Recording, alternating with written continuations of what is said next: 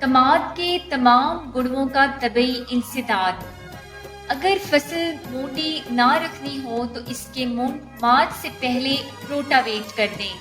اس سے تنے، جڑ، گرداسپوری گڑووں کی سنڈیاں تلف ہو جائیں گی۔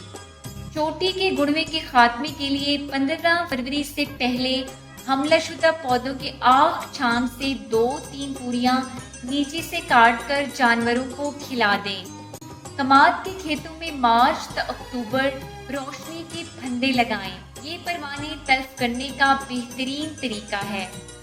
اپریل مئی میں پودوں کے سوکھ والے تنے زمین کے برابر سے کاٹ کر اکٹھے کر کے دبا دیں۔ اس سے ان میں موجود سنڈیاں تلف ہو جائیں گی۔